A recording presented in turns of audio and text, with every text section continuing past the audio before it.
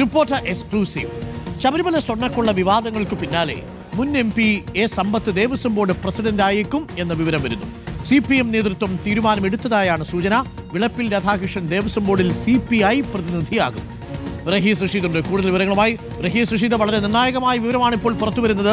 PS പ്രശാന്തിന്റെ കാലാവധി കഴിയുന്നതോടുകൂടി PS പ്രശാന്തിനെയും ആ ബോർഡിനെയും ഇനി തുടരേണ്ടതില്ല എന്ന് തീരുമാനിക്കുകയായിരുന്നു സർക്കാർ.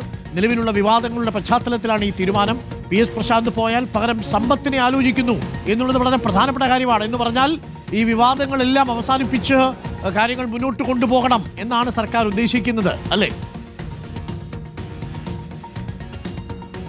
അരുൺ, അങ്ങനെയാണ്. ഏറ്റവും ഒരു പ്രധാനപ്പെട്ട വിവരമാണ് സമ്പത്തിലേക്ക് CPIM നേതൃത്വത്തിന്റെ ചർച്ചകളിൽ അവസാന പേരായി എത്തിയിരിക്കുന്നു. നമ്മൾ മനസ്സിലാക്കുന്നതനുസരിച്ച് CPIMന്റെ സംസ്ഥാന നേതൃത്വം തിരുവിതാംകൂർ ദേവസ്വം ബോർഡിന്റെ അടുത്ത പ്രസിഡന്റായി സമ്പത്തിനെ തീരുമാനിച്ചു എന്നാണ് മനസ്സിലാക്കുന്നത്.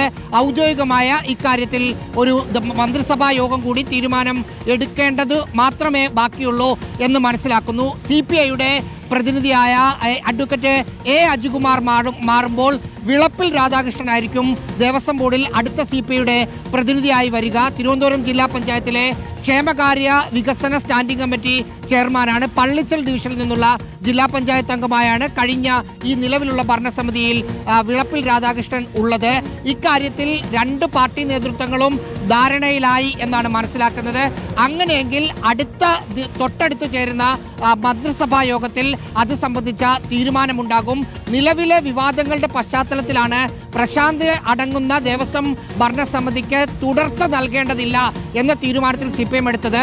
2 ദിവസം മുമ്പ് വരെ ഓർഡിനൻസ് ഇറക്കി 1 വർഷം കൂടി ഈ ഭരണസമിതി തുടരട്ടെ എന്ന തീരുമാനത്തിലായിരുന്നു സർക്കാരും CPIM ഉള്ളത്.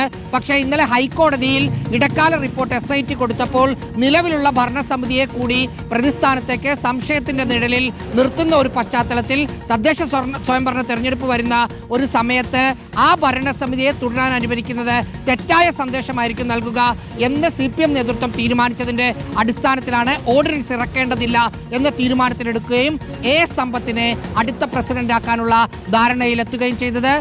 ഒപ്പം വിളപ്പിൽ രാധാകൃഷ്ണൻ CPIയുടെ പ്രതിനിധിയുമാകും. ഡോക്ടർ അരുൺകുമാർ.